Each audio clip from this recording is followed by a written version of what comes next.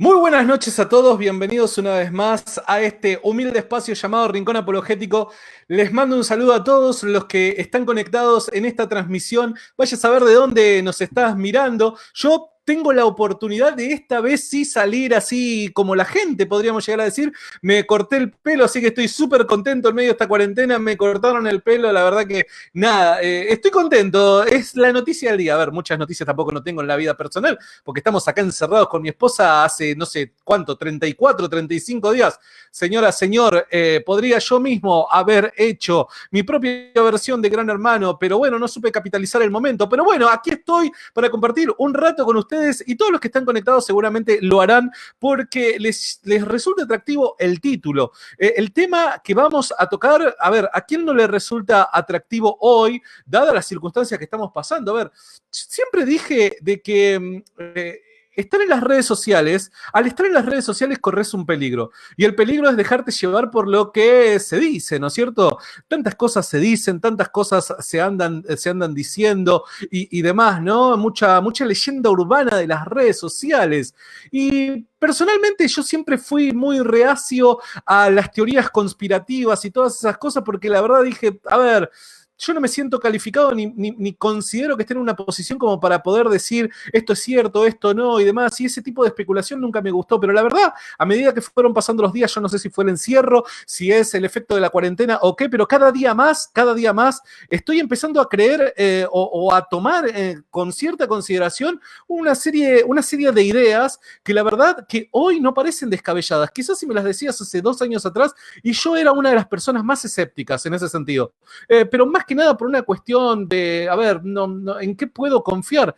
Pero hoy la verdad considero que es un tema que amerita poder discutirlo y obviamente en este tema, perdón, fui demasiado cuidadoso al poder elegir a quién invitar para poder charlarlo, sinceramente, porque vuelvo a repetir, mucho conspiranoico anda dando vuelta en las redes sociales y si vamos a hablar de cosas por el estilo, cosas que tienen que ver con quizás las elites, cosas que tienen que ver con decisiones gubernamentales en las altas esferas de gobierno y demás, yo personalmente, por una cuestión de seguridad, por una cuestión también más que nada porque, a ver, si yo estuviera del otro lado observando, diría, no me gustaría que cualquier persona venga a decirme un montón de ideas que tiene ahí, pero gracias a Dios, Dios y sus conexiones, cómo las hace y demás, tengo un amigo viviendo en Canadá que gracias a Dios también nos hemos conocido personalmente y demás, que yo sé que maneja buena info, yo sé que cuando él habla, no es que él habla porque simplemente tiene ganas de ganar un par de likes o un par de compartidas,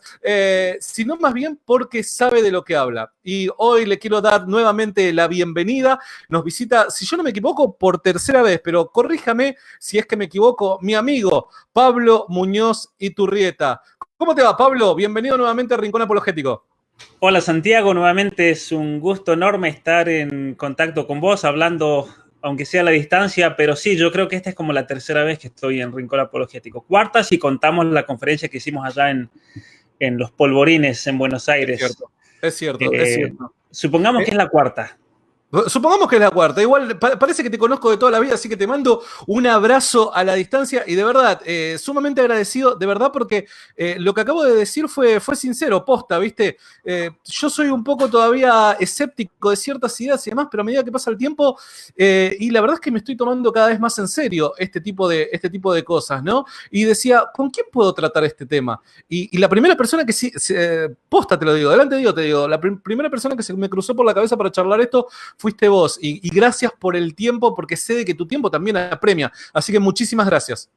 No, por nada, Santiago. Mira, escuchando lo que decías recién, yo concuerdo totalmente con vos. Acá, con el tema de nuevo orden mundial y con muchos otros temas, el tema de las vacunas, temas controversiales, como por ejemplo el uso, por suponer, el uso de fetos y órganos de fetos, por ejemplo, para la investigación médica y demás.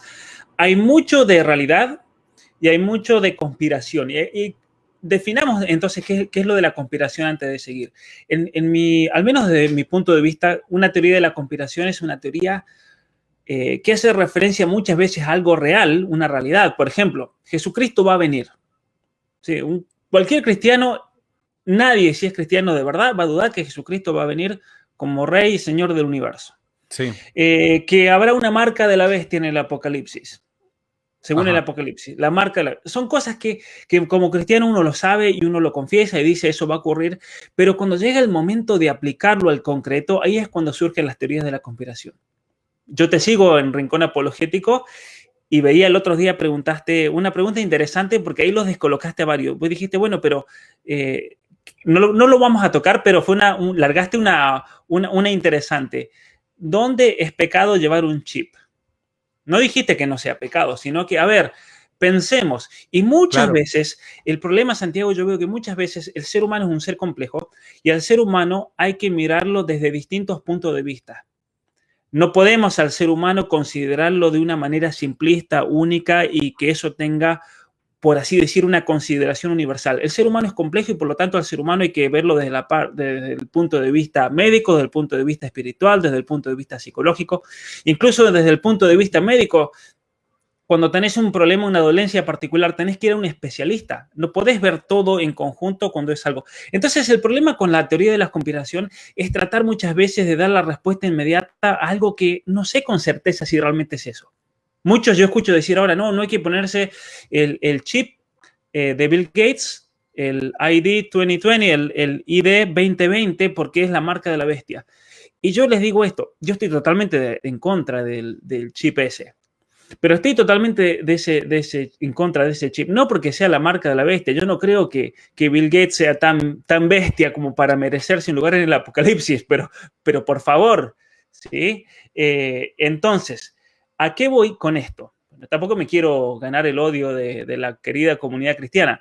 A lo que voy con esto es que a los argumentos de orden médico o a las cuestiones de orden médico hay que darles argumentos médicos.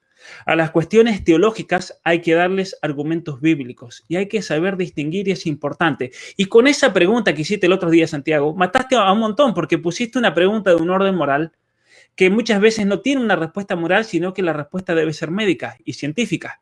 Y obviamente que basado en la medicina y en la ciencia, ahí podemos elaborar un argumento moral, por así decir. ¿Se entiende? Entiendo. Entonces, por ejemplo, a mí no me gusta para nada que lleves esa remera puesta, esa camiseta en este momento, en esta entrevista. Es una falta de respeto total. Es porque todavía quizás no te resplandeció la luz, ¿viste? Yo decía, bueno, hace frío aquí en Canadá, se nota, pero me lo transmitiste desde Argentina. No, mirá que esto se convierte, lo cambio rotundamente el título y esto es un debate futbolístico. Sí, no, pero dejando de lado el fútbol que nos sigue a todos los argentinos, preguntarse, por ejemplo, si vos me dijeses ahora, bueno, pero ¿dónde está el pecado de llevar la camiseta de River? River que yo quiero con toda mi alma. Y lo que pasa es que no se trata de eso. No se trata de eso porque hay que distinguir los órdenes en la realidad y el momento de hablar y discutir temas. El distinguir es lo esencial antes de comenzar a hablar de cualquier cosa. Por eso decía, bueno, una teoría de la conspiración es una teoría que trata de formular una respuesta, un argumento a una situación, pero que no tiene a veces ningún fundamento realista, no tiene ningún fundamento en la ciencia, no tiene ningún fundamento en que se pueda comprobar o que yo pueda decir, bueno, esto lo puedo demostrar. Por ejemplo, el otro día escuché un video de un muchacho que decía, no, todo aquel que tenga 200.000, 300.000, 500.000 seguidores en Instagram o en Facebook es masón, porque no puede ser que no seas masón y tener tantos seguidores, es imposible. El que no es masón no tiene seguidores. Yo ahí nomás pensé en mi amigo Alarcón, dije, será masón entonces. ¡Soy un masón! Entonces, yo voy a esto. A veces eso es la teoría de la conspiración. ¿Por qué? ¿Por qué tendría que ser así? ¿Cierto? Es verdad que la persona que está en una sociedad oculta, en una sociedad que tiene una agenda, va a tener un empuje como se ve en los medios. En los medios se ve que hay personas que si no fuese por los medios no valen 2 pesos. Obvio. Porque no saben ni siquiera conectar un pensamiento de modo coherente. O sea, en la televisión argentina eso se ve. Y uno ve a otras personas que dice, esta persona, pero podría estar en lo más alto de la televisión y demás, pero no le dan un espacio.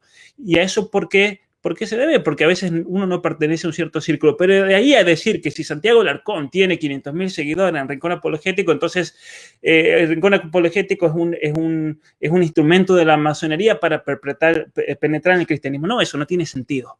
No tiene sentido. Entonces, entiendo. Ya está. Distingamos lo que es una teoría de la conspiración. Pero por otra parte, se ha hecho tan común este nombre, teoría de la conspiración, que cuando una persona no quiere aceptarte y no quiere discutir un tema interesante, ahí nomás te mete teoría de la conspiración. Como está el nazi, decirte nazi. ¿Para qué te dicen nazi? Te dice nazi una persona a la cual uno critica con fundamento para tratar de evitar el tener que discutir y el tener que entablar una conversación racional. Entonces, Santiago Alarcón critica la ideología de género, por ejemplo, la conversación que tuviste con Gabriel Ballerini. Y entonces, una persona que no quiere entablar un debate serio, racional sobre el tema, en todo un contexto científico, ético, moral, cristiano, lo que sea, ahí nomás te dice, no, son nazis, son fundamentalistas cristianos. Y eso no dice nada, sino que usan de ese término para tratar de evitar cualquier debate y diálogo serio. Ahora, vamos al tema nuestro. Entonces, una vez que dejemos de lado toda teoría de la conspiración, el nuevo orden mundial. El nuevo orden mundial es interesante porque es una palabra lo que sería el gobierno mundial, porque en definitiva, cuando decimos un orden mundial, el orden mundial existe. Sí, existe la política. Existe todo un sistema de naciones, de estados soberanos, pero de lo que estamos hablando acá es de algo nuevo. ¿Se quiere realmente implementar algo nuevo? Es algo que lo venimos denunciando desde mucho, la doctora Chinda Brandalino mucho antes que nosotros. Yo tal vez fue ella la primera persona que yo escuché hablar sobre el nuevo orden mundial cuando tenía 14 años, pero después lo ha denunciado Agustín Laje, Nicolás Márquez, lo vengo denunciando yo, pero lo venimos denunciando con pruebas, no como una cuestión de teoría de la conspiración. Para los que no me conozcan, yo tengo un doctorado en filosofía política y dentro de mis estudios, todos los años que estuve en la universidad, gracias a Dios me pude formar muy bien en los Estados Unidos, en Canadá, estuve también en Alemania, en Inglaterra, y una de las cosas buenas de estos programas en Europa y en Norteamérica, a diferencia de muchas veces en Latinoamérica, es que para poder llegar al punto de doctorarse tenés que leerte todos los clásicos en la filosofía desde la época de los presocráticos, que se llama, hasta la actualidad contemporánea. Entonces, tenés que leerte un canon. Yo me leía 80 libros por año filosóficos durante todos los años de formación, que era mínimo lo que me pedían. En la universidad, por ejemplo, tomabas materias, eran 15 o 16 semanas de clase por materia y tenías que leerte mínimo 1 y a veces 2 libros por semana por materia. ¿Sabes? Tenés que tomar 4 o 5 materias, te tenías que leer 4 o 5 libros por semana. Ahora, ¿qué voy con esto? Voy al hecho, y ahí acabas de compartir las redes sociales. Los invito a seguirme en las redes sociales también, que estoy constantemente produciendo artículos. Pero una de las cosas interesantes es que la idea de un nuevo orden mundial o un orden global, de un gobierno global, es antiquísima. Es una idea que existía en la época de los griegos. Los filósofos griegos hablaban si era conveniente tener un orden mundial, un gobierno mundial. Lo hablaban los romanos. Aristóteles se pregunta en la política si es conveniente tener un gobierno o una democracia, porque habla de la democracia, que exceda a la ciudad, a la polis. Y él da unos argumentos buenísimos de por qué no. Por ejemplo, el que quiera estudiar política tiene que comenzar ciencias políticas o geopolítica, tiene que comenzar por el Tratado de la Política de Aristóteles. Porque Santiago, los argumentos que Aristóteles da contra el marxismo son increíbles, siendo que Aristóteles no conoció el comunismo, como lo hemos visto o como lo hemos estudiado del siglo XX, por ejemplo. Pero, ¿por qué? ¿De dónde sale esa idea del nuevo orden mundial? Porque si vos me lo permitís, Pablo, digo, ¿no? Y es más, yo le decía a Pablo en off, no tengo preparado ningún tipo no sé, no tengo preparado un guión ni nada por el estilo, porque esto quería que sea una conversación, porque yo soy una persona que tiene un montón de preguntas igual que los que están del otro lado con respecto a este tema. Entonces, me parecía de que lo más piola iba a ser que salga y que fluya naturalmente, ¿no? De paso, aprovecho. Le doy gracias a las más de 350 personas que están conectadas ahora en Facebook. Aprovecho a decir que lo sigan a Pablo en las redes sociales. Si querés si querés meterte y darle un like a la página de Facebook de Pablo Muñoz Iturrieta, ahí te metes en la página de Facebook, le das un like y constantemente está subiendo material, como también en su página web, que ahí acabo de poner uno de los últimos artículos, si yo no me equivoco es el último, porque él constantemente está escribiendo y nos está mandando por WhatsApp de su página web, ¿está bien? Así que constantemente en la transmisión de hoy lo voy a estar subiendo. Pablo, te decía, digo, yo que soy una persona pero mucho menos preparada que vos, ¿no? Igual me imagino y pienso y digo, en la historia, ¿cuántos nuevos orden mundial hemos vivido? ¿Cuántas revoluciones, cuántos cambios de forma de gobiernos o de ver la estructura hasta política y demás? ¿Cuántos hemos atravesado a lo largo de la historia?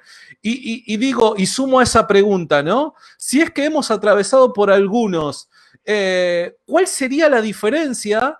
¿Y en dónde estaría el tinte de maldad, por así decirlo, o de cuidado, de peligro, en uno nuevo que se implemente hoy, año 2020? ¿Se entiende la pregunta? Sí, está espectacular tu pregunta y con eso voy a responder a un comentario que hace Giselle Tamayo ahí que dice, según César Vidal, Bill Gates le dona millones de dólares a Plan Parenthood. Es así. El año pasado yo tengo los recibos de la Fundación Gates cuando hace la declaración de impuestos ante el IRS, que se llama el Servicio de Impuestos Interno de los Estados Unidos, donde él le dona 375 millones de dólares el año pasado. Ahora, ¿por qué comienzo con esto? Porque hiciste una pregunta clave ahí, Santiago. ¿Cuál es la diferencia? Si de hecho, han habido muchos intentos de reorganizar y ordenar el mundo. La primera razón por la cual han habido intentos para ordenar el mundo y proponer, por así decir, un gobierno mundial, ha sido más que nada para solucionar problemas que han siempre seguido a la humanidad, especialmente la guerra, el desarrollo de cuando comienzan las armas de destrucción masiva, las bombas atómicas y demás, la pobreza. Muchos hablan de la desigualdad, por ejemplo, dentro del marxismo. También hoy en día hablan del cambio climático y el desastre del medio ambiente. Necesitamos tener un gobierno mundial para que organice y pueda llevar adelante la situación de una manera mejor o más equitativa o lo que sea. Hoy en día, con el tema de la pandemia, se está usando el coronavirus como una excusa para de nuevo implementar un gobierno mundial. De hecho, el mismo presidente de la Argentina, él tuvo una conferencia, una teleconferencia con los miembros del G20, donde él pide, Alberto Fernández, el que quiera después puede ir a mi página web, a mi Facebook, donde tengo todos los links, donde él pide que un gobierno mundial se haga cargo de la situación. Y es interesante cómo se está usando el coronavirus como una excusa para esto. Distintos pensadores marxistas de los últimos años, pero todos contemporáneos, han planteado como solución un gobierno mundial. Solamente un gobierno mundial, pero un comunismo ya no estatal como el de Rusia, porque ellos reconocen que fue un fracaso, que mataron a más de 100 millones de personas, donde se impuso, sino que debe ser un gobierno mundial a nivel ya transnacional, este nuevo orden que se debe establecer. Pero ¿cuál es la diferencia? Porque vimos con Carlos Magno, por ejemplo, Alejandro Magno, pero en la época de los griegos, Alejandro Magno fue discípulo de Aristóteles, él se lanza a la conquista del mundo, él llega hasta Persia, conquista la India, conquista todo lo que es la zona del Mediterráneo. De hecho, en la Biblia se habla de las invasiones de los griegos, el proceso de helenización en el libro de Macabeos. Para muchas iglesias no lo tienen, pero está parte del canon, los Macabeos, que relatan las invasiones de los griegos. Fue un intento de un nuevo orden mundial. Luego que ese imperio griego se va debilitando, especialmente cuando muere Alejandro Magno se desmembra entre sus generales, entonces eso hace que se debilite. Y es ahí cuando de a poco los romanos van tomando el poder. Roma, que fue fundada allá por el siglo... la Roma de Rómulo y Remo, Claro. Pasa por una monarquía, en primer lugar. Esa monarquía es un fracaso, especialmente por el totalitarismo que se vive, y entonces los mismos romanos deciden tener una especie de democracia. Tienen un senado, el senado romano, pero con un emperador, un emperador que no le quieren llamar rey.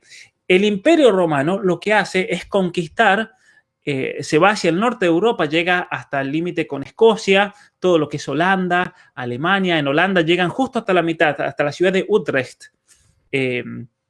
Utrecht, que de hecho viene de una palabra alemana, de una palabra latina, perdón, conquistan la mayoría de Alemania, llegan hasta Rumania. Rumania, de hecho, es la Romania, era un fuerte romano, por eso se llama Romania y por eso hablan un idioma muy parecido al latín. Los romanos llegan hasta España, Portugal, y entonces se extienden tratando de imponer un nuevo orden mundial, por así decir, un gobierno mundial, pero basados en una especie de ley natural. Esa es la gran diferencia con lo que estamos viendo ahora. Porque cuando hubieron muchos intentos de gobierno mundial, después viene obviamente el cristianismo, el imperio romano cae, el imperio romano de modo paulatino es reemplazado por lo que se llama el Santo Imperio Romano Germánico, que comienza con Carlomagno, Charlemagne, que es coronado por el Papa. Después siguen todos las distintas secuencias de emperadores que llegan prácticamente hasta la época de lo que se llama la Reforma Protestante, donde hay una nueva revolución, donde hay un nuevo orden mundial. En la Reforma Protestante pasó algo interesante. ¿Por qué? Porque Lutero denuncia el manejo de ciertos temas económicos dentro de la Iglesia. Además de eso, no concuerda con algunas situaciones y algunas cuestiones teológicas. Después de él viene Calvino. Como recordarán, Calvino es el que le da una estructura teológica al protestantismo en general, pero lo que pasa ahí es una revolución política a la vez que tiene lugar esta revolución teológica, porque los príncipes aprovechan para deshacerse del poder del emperador. Entonces, ese gobierno mundial que existía en el momento se deshace, los príncipes aprovechan la partida, apoyan muchos a Lutero, muchos apoyan a Lutero. Hay otros príncipes que se mantienen fiel al emperador. En ese momento era Carlos V, emperador Carlos I de España, Carlos V del Imperio, Santo Imperio Romano Germánico. Y entonces los príncipes se separan y comienzan lo que se llaman las guerras religiosas, que son mal llamadas guerra de religión porque no fueron por una cuestión religiosa, sino por una cuestión de emancipación y formación de los estados-naciones. Se van formando los estados-naciones. Entonces tenemos una revolución. Por eso se lo llama también la Revolución Protestante, que fue una revolución profundamente política también.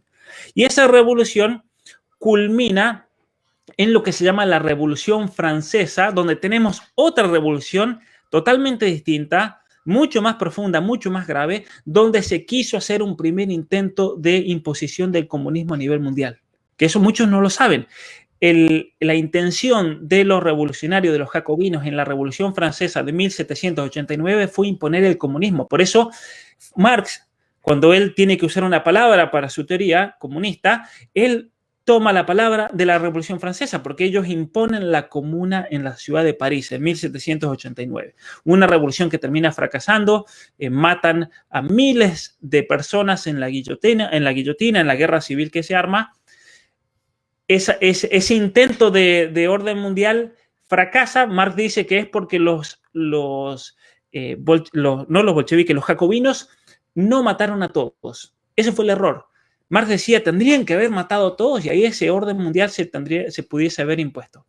Y ahí es cuando viene la revolución de 1917 de la Unión Soviética, tan conocida por todos, donde ellos intentan introducir un nuevo orden mundial por medio del comunismo, llevando a la práctica política los principios de Marx. ¿Cuál es la diferencia entre los intentos primeros del cristianismo, de un gobierno, por así decir, mundial, y lo que estamos viendo hoy en día? Que los intentos anteriores, tanto de los romanos como de los griegos, más allá del paganismo que se vivía y demás, estaban tratando de imponer un orden que viviese de acuerdo a los principios naturales. Por eso los grandes padres, los grandes apologetas, vos que te gusta la apologética, los grandes apologetas, Tertuliano, Justiniano y demás, ellos vieron al Imperio Romano como parte de la providencia de Dios, como parte del camino que preparó la venida de Jesucristo, porque preparó a los hombres, preparó a las almas para recibir el Evangelio. ¿Por qué? Porque la humanidad había caído en una situación de inmoralidad, en una situación de corrupción tan grande que era necesario que viniese un imperio romano para poner el orden.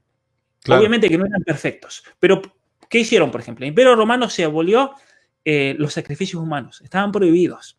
Entonces eso se sacó de la cultura. Claro. Se comenzó Se civilizaron culturas a través del Imperio Romano. Totalmente, el tema de la familia, el tema de la mujer. Por ejemplo, tanto que las feministas hablan de la mujer oprimida es mentira. Los romanos a la mujer le dieron privilegios especiales. Por ejemplo, Santiago, los romanos no le cobraban impuesto a la mujer. Entonces, ¿qué hacían los romanos? Ponían todo a nombre de la mujer, las propiedades, ponían todo porque la mujer no tenía que pagar impuestos. Entonces, la mujer tenía privilegios. Las mujeres incluso usaban pantalones. Yo el otro día leí que decía una feminista, gracias a nosotras, ustedes pueden usar pantalones, pero por favor, si el pantalón es una prenda femenina desde sus comienzos. Los hombres usaban túnicas, lo que vendría a verse hoy en día como una pollera, y las mujeres eran las que usaban pantalones. Pero dejando de lado esa cuestión, luego viene el cristianismo. Obviamente que el cristianismo toma esos principios naturales del Imperio Romano, esa ley natural inscrita en el corazón de los hombres. De hecho, Pablo, en una de sus cartas, él habla que para los paganos ellos tienen la ley inscrita en el corazón y es esa ley en su conciencia la que los va a condenar. Claro. Es decir que, y mira, la idea del orden natural, de una justicia natural, el derecho natural, el primero que la elabora filosóficamente es Aristóteles. Y luego vienen los romanos que le dan una explicitación, y obviamente cuando llega el cristianismo ya se explicita mucho más, tanto porque Pablo lo habla en una de sus cartas, pero también en Romanos, pero también porque la teología cristiana, la teología del medioevo, lleva al máximo la idea de la ley natural. Una ley natural que se encuentra en todo ser humano, en toda cultura, en toda nación, y que es en base a esa ley natural inscrita en el corazón de los hombres, que interesante, bueno, hay muchos estudios con respecto a la cuestión genética en relación a la moral. El cristianismo ve a los 10 mandamientos, que son la ley natural, no como algo impuesto por la pura voluntad de Dios, sino por algo que es parte intrínseca de la naturaleza del hombre. Y el cristianismo construye sobre eso, especialmente lo que es el Sermón de la Montaña. En el Sermón de la Montaña, en el Evangelio de Mateo, está en todos los evangelios, pero especialmente en el Evangelio de Mateo, capítulo 5, 6, 7 y 8, pueden ver explicitado lo que vendría a ser el camino del hombre para llegar a la perfección, ese ser perfecto como mi Padre es perfecto. ¿Cuál es la diferencia entonces entre todo esto que venimos, estas revoluciones o intentos de gobierno mundial que vimos en el pasado con lo de hoy? Es que lo de hoy es un intento explícito y consciente por eliminar los principios del Evangelio en nuestra cultura y reemplazarlo por los principios posmodernos. Por ejemplo, la eliminación del hombre por la ideología de género. La eliminación de la mujer verdadera, la idea de la mujer, por el feminismo, lo cual conlleva también la eliminación del hombre. La eliminación del matrimonio. Entiendo eso, ¿no? Pero te vuelvo a repetir. Estas son dudas reales que tengo con respecto a este tema, ¿no? Y digo, todas estas, cuando vos ves las partes, por así decirlo, la lucha por el tema de género, el aborto, la izquierda, cómo se está levantando en muchos países y demás, es evidente que hay grupos, ¿no es cierto?, que van en contra de los principios cristianos y tienen que atacar directamente lo que es al cristianismo. Pero ahora digo yo, ¿cómo de eso, cómo de esos grupos, o cómo de esta ola de pensamiento, de ideas y demás, que parece estar cada vez acaparando más, cómo de eso yo llego a la conclusión de que hay una idea de establecer un orden único en todo el planeta Tierra? ¿Se entiende? ¿Cómo yo de eso, que es evidente que estamos de acuerdo, cómo llego a la conclusión de que hay un grupo de élite, o sea como sea, que está luchando para reestructurar todos los gobiernos de todo el mundo y que todo quede a cargo de un único gobierno en el planeta Tierra? ¿Se entiende la pregunta? Sí, sí lo entiendo. Mira, hay que distinguir cuando uno interpreta las palabras de una persona como queriendo tal vez implementar un nuevo orden mundial, porque eso tal vez puede ser interpretación personal de uno. Entiendo. Uno a veces escucha a Fernández decir tal cosa y ahí nomás te suena, bueno, quiere imponer el orden mundial o Soros o Gates y demás. Hay que distinguir eso de afirmaciones explícitas en las cuales se dice que se quiere imponer un nuevo orden mundial. Por ejemplo, Bush padre en un discurso, no recuerdo el año en el cual lo dio, pero ya siendo presidente de los Estados Unidos, él habla de que debemos pensar y es el momento de instaurar un nuevo orden mundial.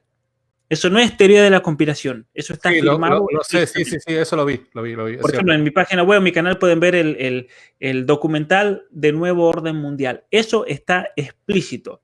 Pero no solamente está explicitado en personas poderosas como Bush o como Bill Gates, por ejemplo. Bill Gates también ha estado hablando de un nuevo orden mundial.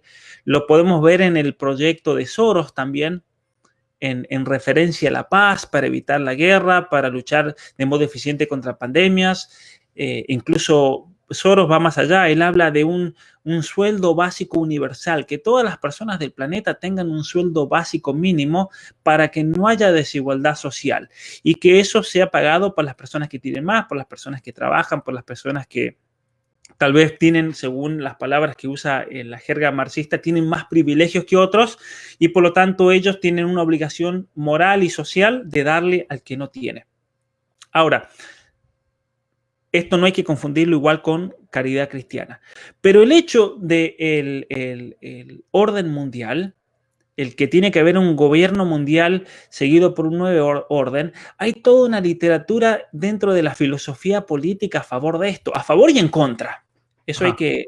Y estoy hablando no ya de Aristóteles yendo en contra de un gobierno mundial o la época de los romanos, sino que en la actualidad, en los últimos 25 años, hay una literatura inmensa de libros, especialmente muchos de estos libros están escritos en inglés, hay mucho en alemán, hay mucho en francés, donde se habla especialmente de una democracia global, de un parlamento a nivel mundial, de una especie de Senado que gobierna el mundo y que esté dirigido y manejado por las Naciones Unidas. Las Naciones Unidas es un ejemplo claro de un intento de modo solapado de imponer lo que podríamos llamar un nuevo orden mundial, por ejemplo. Se está viendo claramente tanto en las Naciones Unidas como en todas las agencias que manejan las Naciones Unidas.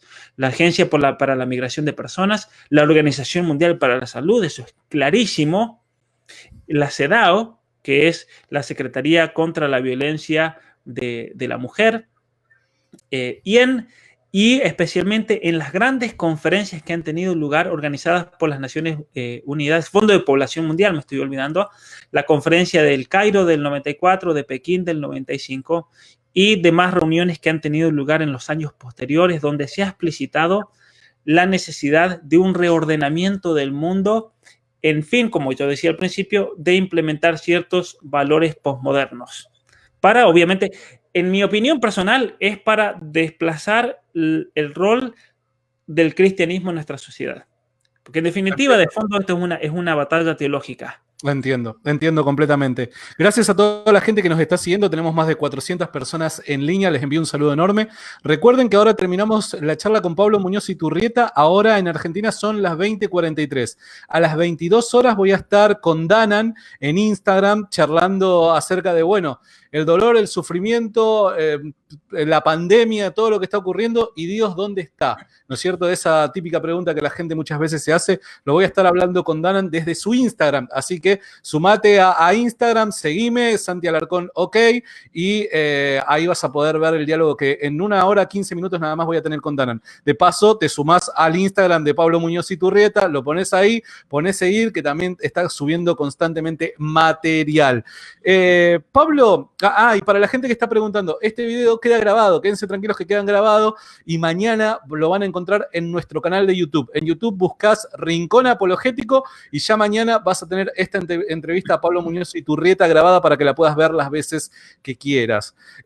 Pablo, recién hiciste mención a unas respuestas atrás, ¿no? Hiciste en el desarrollo de la misma, hiciste mención a el orden, un nuevo orden transnacional, dijiste, ¿no? Esas palabras fueron las que utilizaste. Hoy, ¿qué tendría de malo un nuevo orden transnacional? ¿Qué sería lo que tendría de malo, ¿no? Porque nosotros, obviamente, a ver, yo me imagino y veo, ¿no? Digo, bueno, a ver,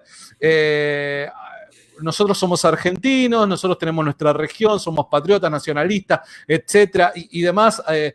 Formar parte de un único gobierno obviamente no me agrada bajo ningún punto de vista la idea, ¿no? Pero también a lo largo de la historia han habido guerras, conquistas de territorio, etcétera, etcétera, y en definitiva nosotros hemos heredado un territorio que ha sido conquistado, reconquistado y demás, ¿no? Entonces digo, a ver, intrínsecamente, ¿no? ¿Qué tiene de malo un orden transnacional?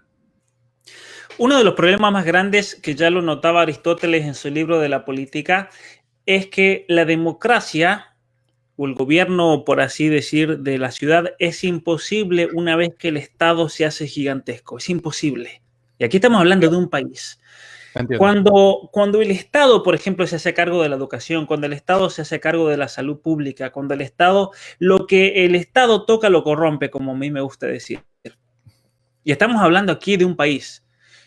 Imaginémonos si a estas cuestiones las tuviese que manejar un orden mundial. Sería muy difícil y posiblemente sería un desastre. Sería un desastre. Entiendo. Un ejemplo claro, Santiago. En la India, el otros días. En la India, por la cuestión del coronavirus, han impuesto una cuarentena absoluta, no solamente para las personas, sino también para la cadena productiva. Entonces nosotros, por ejemplo, cuando vamos al supermercado, hay toda una cadena y todo un sistema de logística que lleva la comida al supermercado. Y es comida muy variada que viene de muchas partes, a veces del planeta o del país. Y entonces el gobierno de la India se hizo cargo de la cadena intermediaria entre el productor y los supermercados. La comida duró 2 días y después fue un desastre. Esto fue la semana pasada, donde hubieron denuncias de gente incluso muriendo de hambre no porque no tenían plata, algunos casos sí, pero porque iban al supermercado y no había nada, porque el Estado se había tomado el control y era una ineficiencia absoluta. Entonces, el argumento más poderoso que existe contra una especie de orden mundial o gobierno mundial es que sería imposible para este gobierno el poder administrar correctamente la cuestión económica, la cuestión de justicia, la cuestión legal. Y por otra parte tenemos distintas culturas. Lo decías muy bien recién, somos argentinos, por ejemplo. Y el argentino ama a Argentina, el chileno ama a Chile. Está muy bien que quiera y ame a su país. Y nosotros como argentinos, al chileno patriota lo admiramos y es patriota, que están pasándola muy duro ahora luchando contra un intento de imposición comunista, de cambio de constitución. Y uno como argentino, si bien no lo toca directamente, uno dice, no, pero esos videos de gente chilenos o de estadounidenses patriotas, por ejemplo, ¿por qué eso a uno lo llena siendo que no es de ese país? Porque ahí se ve reflejado esa cultura y ese deseo de pertenencia a un lugar específico, un lugar que no solamente es geográfico, sino que es un lugar que está marcado por una historia, por los antepasados, está marcado por la educación de ese pueblo, por el idioma y por muchas cuestiones, por la religión, por ejemplo. ¿Sí? Entonces, sería muy, pero muy difícil, y si no imposible, el poder manejar un gobierno transnacional, un gobierno mundial, debido a la complejidad misma del ser humano. Somos seres muy complejos. Ahora, por ejemplo, aquí en Canadá el gobierno es un gobierno multicultural y es un desastre. Es imposible pretender que haya una especie de multiculturalismo, porque en definitiva termina siendo lo que es Canadá, un estado totalmente secular, anticristiano, en nombre de la paz, en nombre de la seguridad, en nombre de la convivencia social, han eliminado toda demostración cristiana en la vida pública, porque claro, si no, sería divisor. Entonces, ¿cómo vamos a manifestar el catolicismo, que es la religión más grande de Canadá?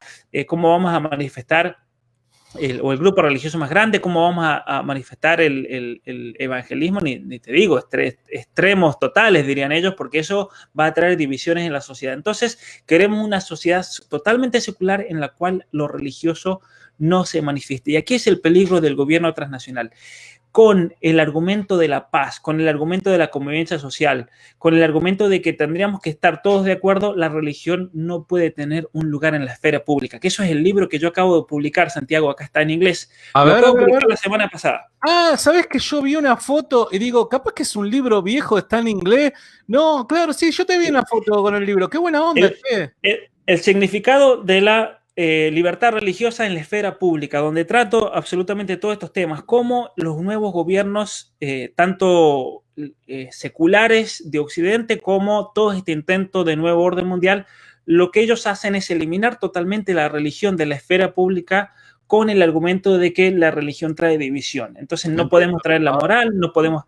Y esto es lo grave, Santiago, porque estamos hablando acá en un contexto mayoritariamente, yo creo, los oyentes cristianos, no podemos eliminar la fe, por un lado, y la vida religiosa en el sentido de aquello que te une a Dios, te religa con Dios, la vida religiosa propiamente dicha, no lo podemos eliminar del ser humano porque le estamos eliminando lo esencial. Está bien que hay personas que son ateas, que dicen que no creen en nada y allá ellos, pero al cristiano no se le puede eliminar ni la fe, ni su vida religiosa que lo une con Dios, y no se le puede pedir que claudique, porque el cristiano siente que está traicionando todo. Yo a Santiago Alarcón le puedo decir, hago una charla con vos, pero te sacás esa camiseta. Y Santiago Alarcón que dice, bueno, me la saco, qué problema hay, soy de River y amo a River y demás, y voy a la cancha, pero tampoco no voy a dar la vida por River, o yo por San Lorenzo de Almagro. Sigo lo que es de Boca. Así que, mira, Santiago, yo fui una sola vez en la vida a la cancha y fue contra River. Y fue un partidazo. Salimos 1-1. Primer gol, Gorosito. El grande Gorosito, imagínate. Y el empate lo hizo el Burrito Ortega. El Burrito Ortega. Así que imagínate, jugaba Crespo. Al arco de River estaba Goicoechea. Imagínate, Paceta estaba en el... Estoy hablando en sí, año 94. Sí. La única vez en la vida que fui a ver un partido, bueno, después fui a ver a la selección argentina en Estados Unidos, que vi a Messi y todo, pero un equipo así argentino fue la única vez en la vida en Argentina que fui.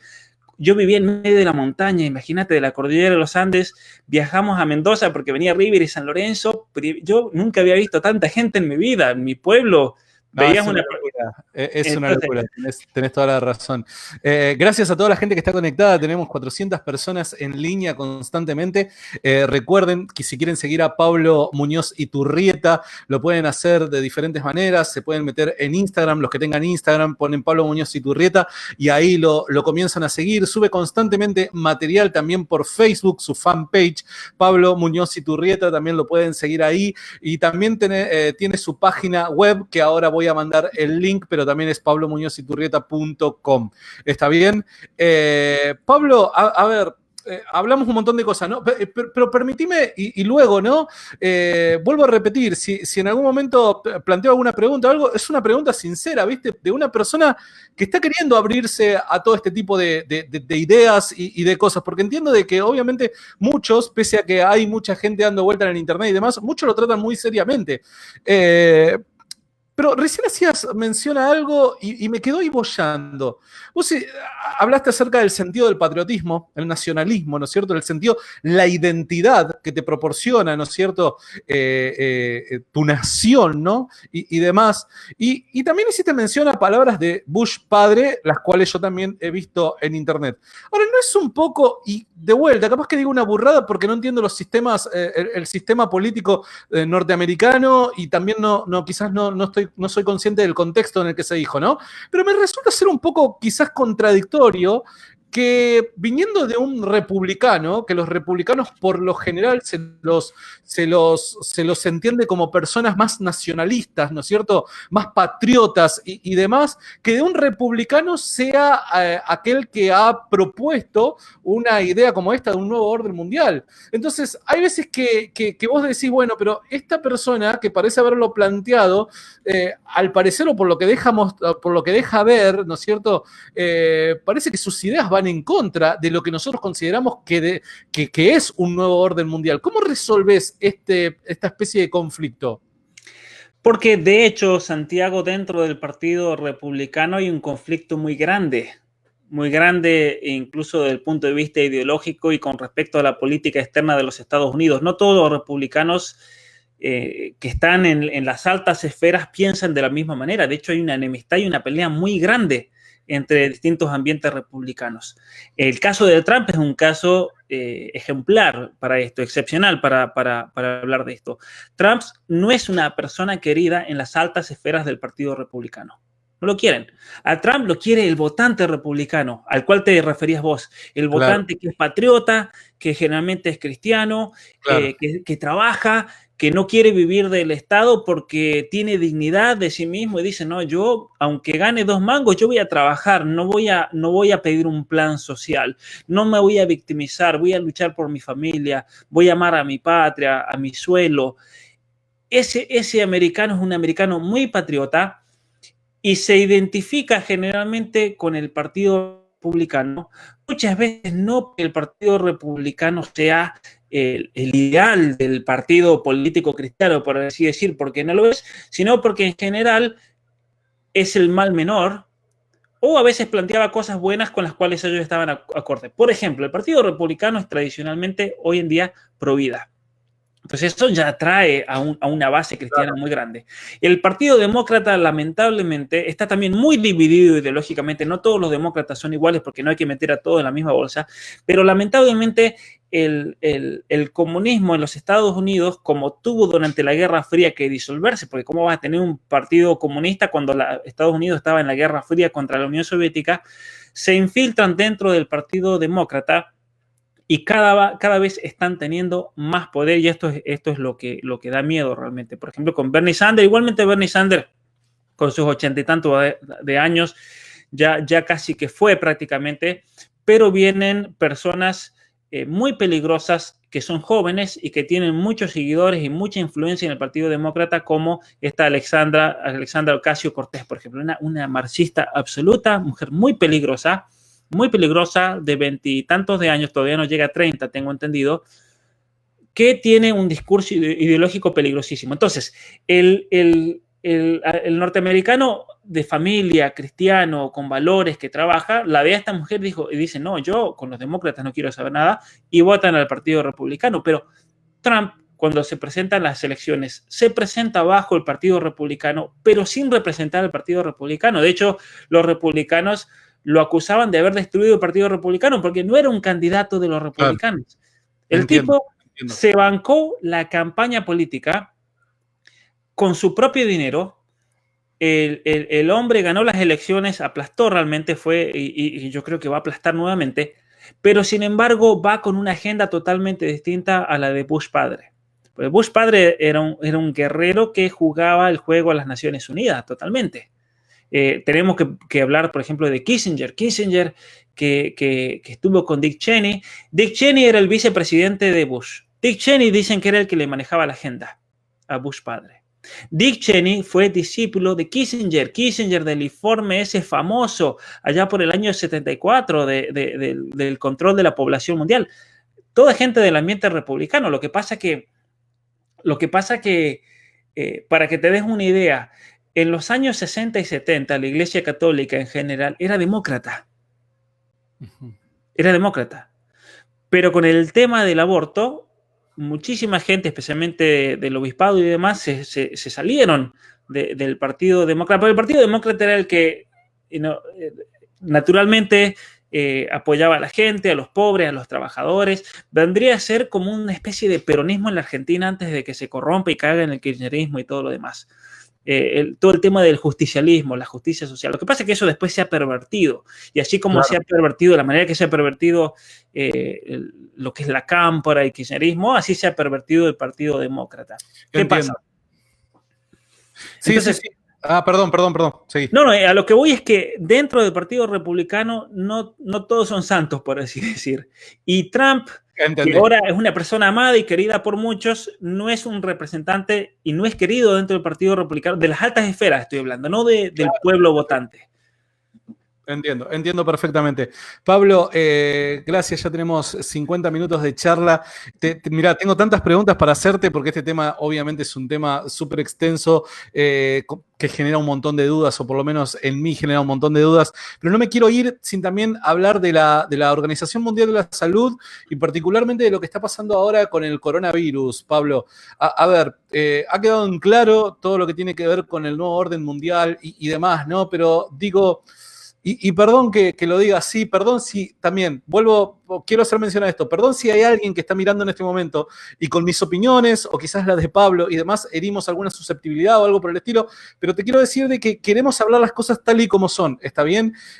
Con datos, con datos, datos reales, ¿se entiende? No dejarnos llevar simplemente por lo que nos dicen los medios de comunicación, así que las preguntas y las respuestas van a ser sinceras. Pido disculpas de antemano porque yo no sé si del otro lado hay alguien que pueda estar padeciendo de cerca algo de lo que está pasando y demás, y obviamente no quiero que nadie se sienta mal por eso.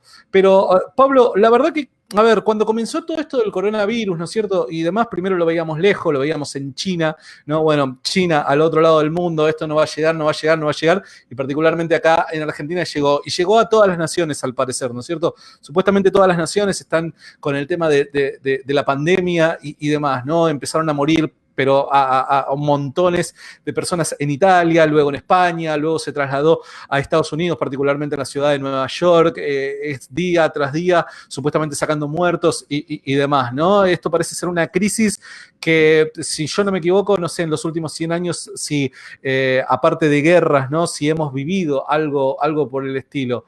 Ahora, también en estos últimos días, y particularmente en las redes sociales, han aparecido videos, han aparecido estudios, artículos y demás de científicos de renombre mundial, científico no, el doctor que está en la esquina de mi casa curando, no sé, el empacho o el dolor de panza, ¿se entiende? No, científicos a nivel mundial de peso, de renombre, que dicen, mira, yo no respondo a ningún partido político, yo no estoy respondiendo, no estoy vinculado con ninguna idea partidaria ni nada por el estilo, lo único que quiero presentar son datos.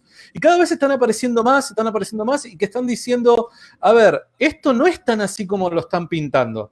Esto no es tan... De hecho, hoy saqué un posteo en mi perfil personal en Facebook y sacábamos la cuenta, ¿no? Y decía, a ver, si supuestamente, según algunos estudios que se hicieron a principio de abril, no sé si eso fue modificado, pero los primeros días de abril decía lo siguiente, cada 5 personas que realmente están infectadas, 4 son asintomáticos. De cada 5 personas que realmente tienen el virus, supuestamente 4 son asintomáticos. Entonces, esto es matemática pura. Yo me ponía a pensar y digo, si en Argentina hoy hay 3.300 infectados, nosotros tendríamos que multiplicar ese número por 5 para saber en realidad cuál es el número de supuestos infectados que hay, ¿no? Sumando a todos los asintomáticos. Pero cuando llegas a la conclusión de ese número y ves la cantidad de muertes que hay, no llega al 1%.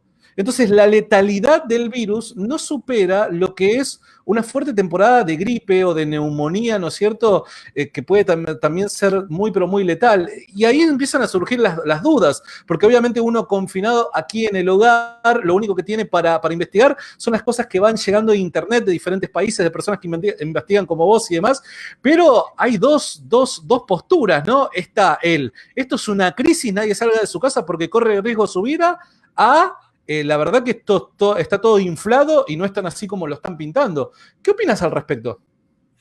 Mirá, Santiago, totalmente. Lo que pasa es que mucha gente, en cuanto uno trae los datos, le dice, no, pero no seas insensible, mirá la gente que muere, han muerto tantos miles y demás, y es una realidad.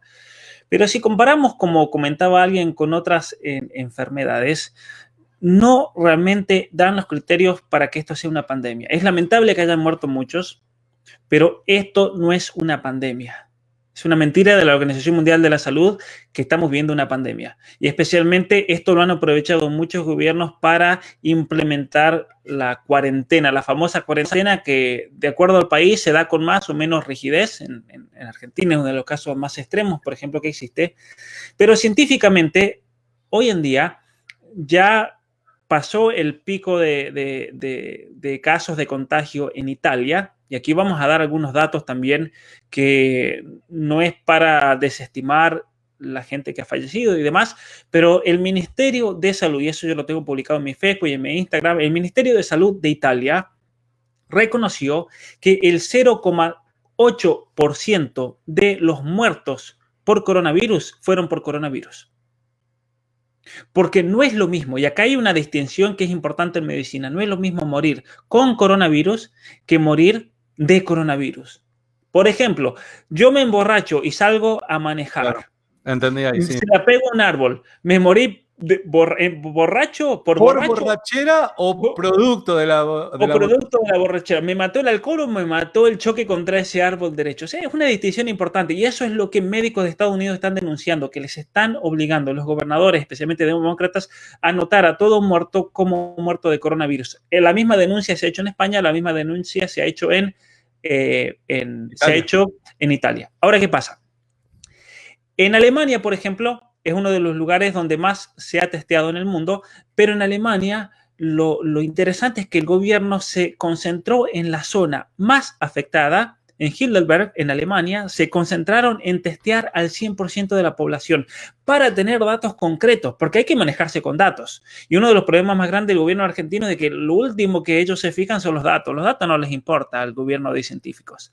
¿Qué hicieron en Alemania? Testearon a todo el mundo y vos me decías recién, 1 de cada 5 tiene síntomas, 4 no tienen síntomas. En realidad es mucho más alta la figura, Santiago. Son 97 de 100. 97 personas de 100 no tienen síntomas. Son prácticamente asintomáticos. O incluso tienen un resfrío o dolor de cabeza, ni siquiera saben que tienen coronavirus, los hicieron testear y les dio positivo. Entonces, solamente a un 3% de la población que se enferme con coronavirus, eso va a tener una incidencia más grave no voy a decir fatal, porque dentro de los enfermos, dentro de ese 3% hay un porcentaje mucho menor que son los que terminan muriendo. ¿Qué podemos decir de Italia? El caso de Italia es un caso ejemplar. En Italia, el 50% de las personas que murieron de coronavirus, no por coronavirus, sino de coronavirus, tenían 3 enfermedades graves anteriores al coronavirus. Y el coronavirus vino como a rematarlos, o incluso muchos médicos dicen iban a morir ya porque sí, por ese ciclo natural nomás de enfermedades. Lo que pasa es que se agarraron coronavirus y ya está. Claro. Por ejemplo, casos de personas en Italia, si uno ve las muertes, la mayoría de las muertes son personas mayores de 80 años. Se dice que el coronavirus es fatal o es muy peligroso en mayores de 70 años. ¿Qué significa eso? Que si tenés menos, realmente no te va a pasar nada. Posiblemente, y yo el otro día me preguntaba, capaz que a mí me dio coronavirus, porque cuando fui a la conferencia en Phoenix, me invitaron en enero, ya había explotado el coronavirus. Cuando llego al aeropuerto en Toronto, resulta que como estaba todo lo del coronavirus, nos metieron, fue una animalada también de los gobiernos que no saben cómo manejar esto, metían a toda la gente en un mismo lugar para controlarles la temperatura. Entonces tuvimos que esperar 2 horas parados y resulta que habían llegado todos los vuelos de China y yo corriendo rápido para no cruzarme con ningún chino, perdón, porque esto no es por racismo ni nada, pero venían todos los vuelos de Wuhan, de Shanghái, de Pekín y resulta que salí corriendo rápido, pues yo camino, los que me conocen, soy alto, camino muy rápido, llego a la sala de espera y estaba lleno de chinos que acababan de llegar de China. Y dije, acá yo no tenía ni una máscara, nos enfermamos todos. Resulta que como la semana yo andaba con dolor, con tos y demás, después se me pasó. Y un amigo me dijo, no, vos seguro que tuviste coronavirus, me dice. Lo que pasa es que ni te diste cuenta, porque como sos joven, sos fuerte, haces deporte, ni te enteraste que tuviste coronavirus. Y él me decía, un médico aquí en Canadá, ¿sabés la cantidad de gente que tiene coronavirus y ni se entera? Se va a enterar el día que se haga un test de inmunidad. Y ahí se van a enterar que tuvieron coronavirus. Entonces, yo tuve coronavirus, no lo sé, capaz que no, capaz que sí. Pero en la mayoría de la gente no tiene ni siquiera síntomas. Se van a enterar el día del juicio final que tuvieron coronavirus y que la cuarentena fue un engaño, realmente. Entiendo. Porque, ahora, hablemos de datos. También han habido estudios con respecto a la cuarentena en Italia. En Italia se implementó la cuarentena absoluta. Los casos aumentaron después de que se implementa la cuarentena. Por eso yo digo que la cuarentena no funciona, porque la cuarentena no tiene en cuenta la complejidad del ser humano. Hay personas que hay que aislarlas porque hay que protegerlas, porque vos sabés que se te van a morir.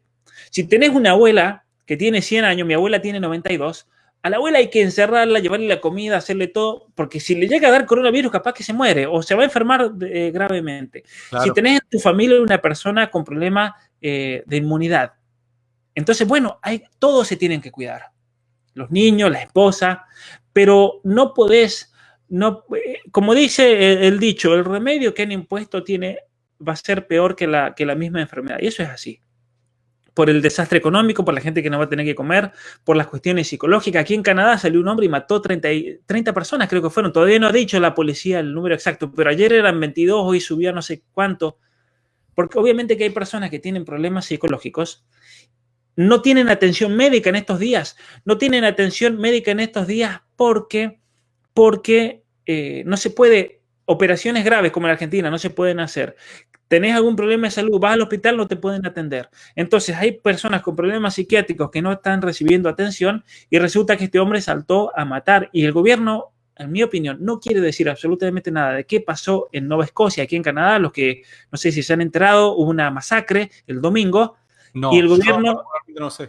porque los diarios no lo dicen, porque claro, tienen miedo, el gobierno de Canadá especialmente, de que se le eche la culpa a la cuarentena. Entonces, ha salido por las noticias que fue una masacre, volvieron a encontrar más muertos en el día de hoy, en el día de ayer, porque resulta que este hombre fue viajando de un pueblo a otro, cremando fuego casas y matando gente, pero realmente es increíble. Ahí dicen en Costa Rica el 92% se recupera en casa. Acá en Canadá también. En Canadá, este amigo médico que mencionaba recién me dijo que hay solamente 40 personas internadas en toda esta provincia. Es decir, parar a la provincia más grande de Canadá, parar a todo Buenos Aires, el equivalente, por 40 personas no tiene sentido realmente.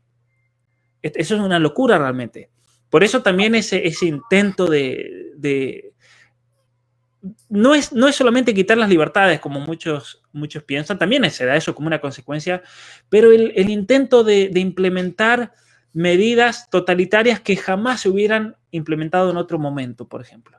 Y al gobierno le viene de 10 el coronavirus, porque el gobierno ahora le echa toda la culpa al coronavirus. Obvio. Eso es indiscutible. Ahora, te pregunto, ¿no? ¿Vos personalmente creés que existe una relación entre todo esto del nuevo orden mundial y cosas por el estilo con lo que particularmente estamos atravesando hoy? Ciertamente, porque todas las medidas que se están estableciendo en el mundo entero son medidas que fueron enmarcadas y fueron diseñadas y fueron propagadas y le ha hecho la propaganda un hombre que se llama Bill Gates. Bill Gates, que es el mayor inversor en la Organización Mundial para la Salud. Para todos los que quieran profundizar más este tema, pueden ir a mi página web, donde ahí tengo varios artículos. Bill Gates es el mayor inversor en las Naciones Unidas dentro de la Secretaría de Organización Mundial de la Salud. ¿Por qué digo inversor y no donante? Porque él invierte el dinero y a cambio de eso consigue los contratos, por ejemplo, para la vacunación. Él, para que se dé una idea, él está produciendo la vacuna para el coronavirus. Como la Organización Mundial para la Salud declaró que esto es una pandemia, la Organización Mundial para la Salud, por el consejo de Bill Gates, ha ordenado a los países que no pueden levantar la cuarentena hasta que exista la vacuna. Entonces, todos los países del mundo le van a tener que comprar la vacuna a los laboratorios de Bill Gates. Pero no solamente eso.